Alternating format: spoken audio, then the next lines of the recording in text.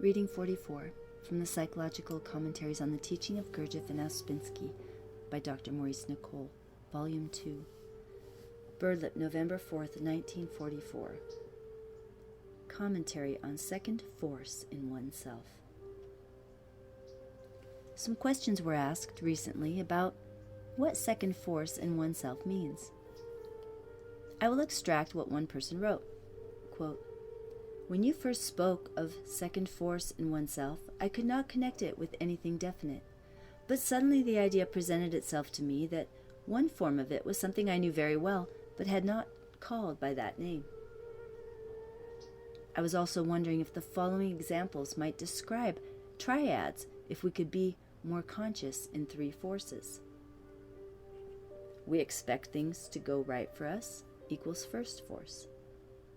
They don't, and we resist this and do not accept it, equals second force.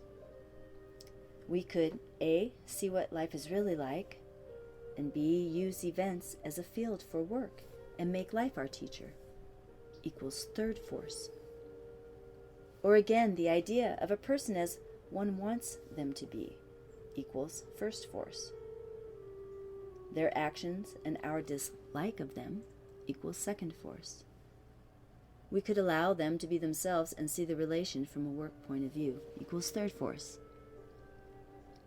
I think this kind of second force takes many forms such as self-pity, dislike, irritation, etc., and all arise from the same attitude." End quote. In comment on the above observations, I would say that the examples are examples of changing second force by the force of the ideas of the work, by increased consciousness. The third force of the work is different from life and alters life triads. Bringing the work into the situation consciously changes both first and second force. Namely, you realize by observation that you expect life to be right for you and see it as a mechanical habit, and also see what life is like. Here the work is acting on you. Otherwise, you probably are merely unhappy because things go as they do and have nothing added from the work in your way of taking things. That is, you react mechanically and have no conception that you might react differently. You do not grasp what the work is about, namely, changing yourself. Let us make some commentaries on second force in oneself. It is different, of course, from second force in external life. For a person in prison who wants to escape, the actual bars and gaolers are second force, what opposes his wish. But if he might escape but is afraid to run the risk, second force is also connected with his fear, and so is in him, not outside him. Second force depends on first force. People want to be happy. We have much in us that makes us miserable. Second force is then in us. However, we may remain ignorant of this all our lifetime and attribute everything to chance and circumstance. One then sees nothing to work on. This is a naive state, a very ordinary state. I said the nature of second force depends on first force. We are going to speak mainly of these two forces. Why does second force depend on first force? People think second force is a definite, unchanging thing, like a bit of rock. On the contrary, second force is changing all the time and passing into different things, and yet is always being second force. What does this mean? By definition, everything can conduct first, second, and third force. When a thing is conducting second force, it is called an oxygen. When it is conducting first force, it is called a carbon. When you greedily eye something, it is conducting first force for you. For another person who sees it as an impediment, it is conducting second force. These three forces are always playing through everything, changing places, altering the values of things, now, in daily life, and on a larger scale, at different stages of one's life. Imagine the three forces as beams of red, yellow, and blue light. Then say, what the red beam falls on is first force, what the yellow light falls on is second force, and so on. But the beams can shift and do so continually, so what is attractive becomes the reverse and vice versa. It is not the thing or the event, but the force it conducts for you at the moment that matters. Love makes us see a thing in one way. Hate makes us see it in another way.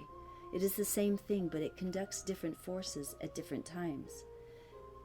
This, you may have noticed, is confusing and a great nuisance as long as we live solely under the law of the pendulum.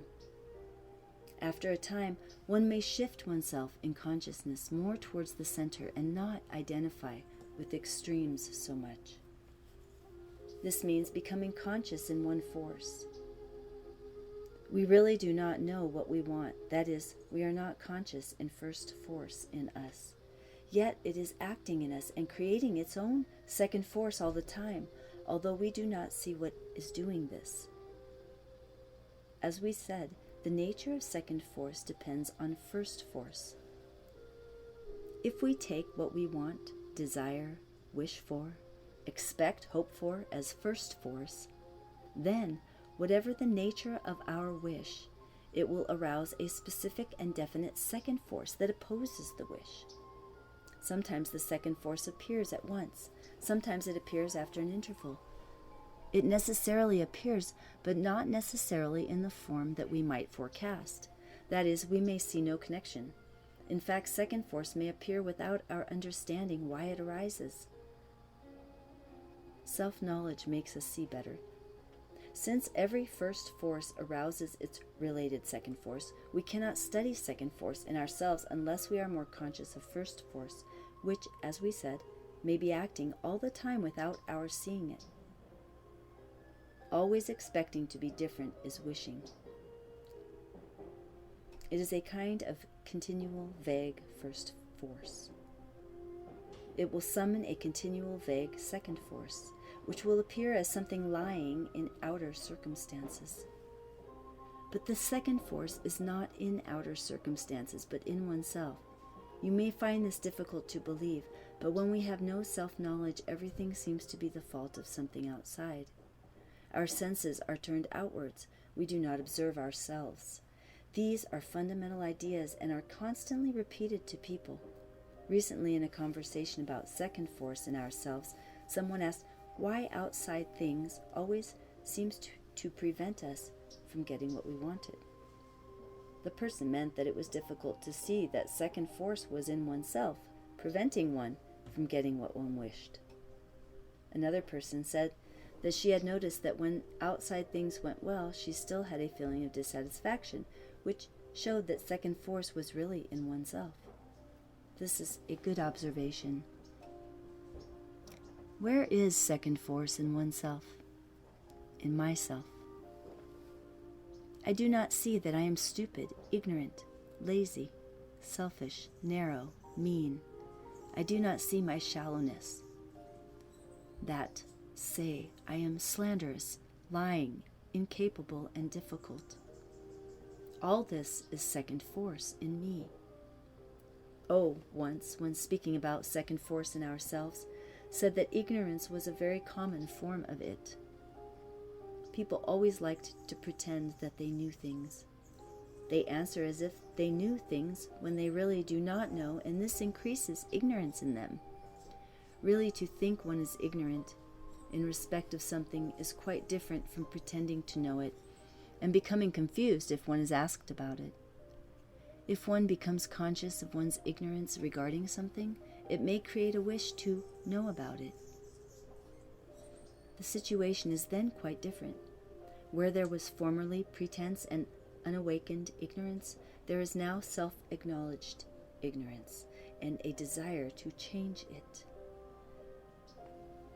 Now, all forms of pretending constitute a first force, which inevitably gives rise to certain forms of second force. The work says that one of the greatest evils is to pretend.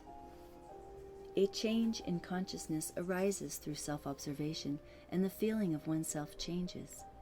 And with this, there is less and less pretending and more realization of what exists in oneself and what is the state of one's being. All this changes first and second force in us. But this change is effected through the orientation of the work. What is the second force in us in regard to the wish to self-remember, to awaken? You see at once that the work tells us what are the forces that resist awakening in us. The whole work can be understood in this light. If I am very identified with some life ambition, this will be second force in me in regard to the work. It will put me to sleep. Now suppose we could do everything from the work. Nothing would change in what we were doing perhaps, but the inner relationship would change. In this respect, it is very interesting to study the nature of second force in ourselves in relation to the three lines of the work. You can often see by self-observation that one I in yourself opposes another I, or one group of I's opposes another group of I's. When the opposing force gets the upper hand, it becomes first force. Some I's may, for instance, be talking wrongly, and other I's may see that this wrong talking would stop if you could remember yourself. Which group of I's is going to become first force? I said some time ago to you all that you should be very careful on getting up in the morning, to work carefully on yourselves, and in fact, before getting up, all sorts of unpleasant I's may start talking about their troubles and taking a certain view of the day, and if you listen to them, you will be absorbing negative impressions, and so starting the day well poisoned. Remember that you need not take things as you do, and that this applies to the inner life as well as to your behavior in outer life.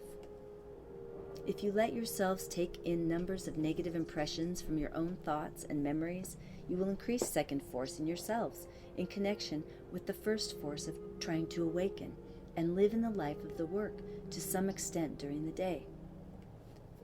There are two lives that you can lead. After a time you begin to know what the other life means that you can lead in yourself, which the work can form in you, and you can distinguish it from the life of the ordinary affairs of the day. Eventually, you should be living in both. They gradually should cease to be in opposition to each other.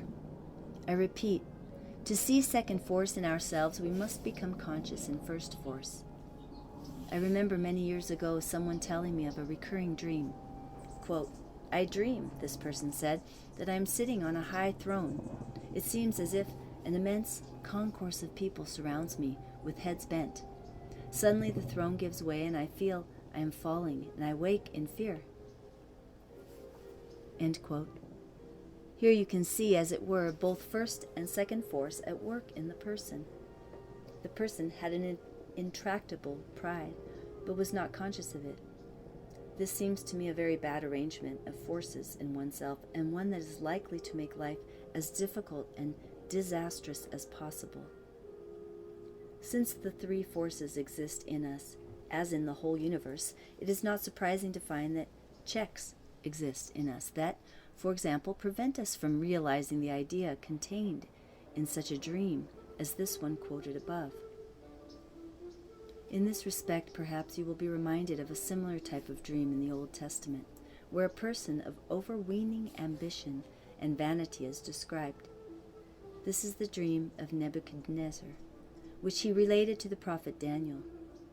He said, quote, I saw, and behold a tree in the midst of the earth, and the height thereof reached unto heaven, and the sight thereof to the end of the earth.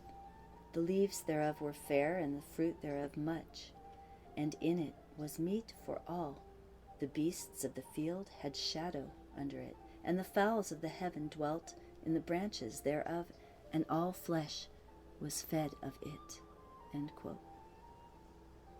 The king goes on to relate how in his dream a, quote, watcher and a holy one came down from heaven and ordered the tree to be cut down, leaving the stump of the roots in the grass, saying, quote, let it be wet with the dew of heaven, and let his portion be with the beasts in the grass of the earth.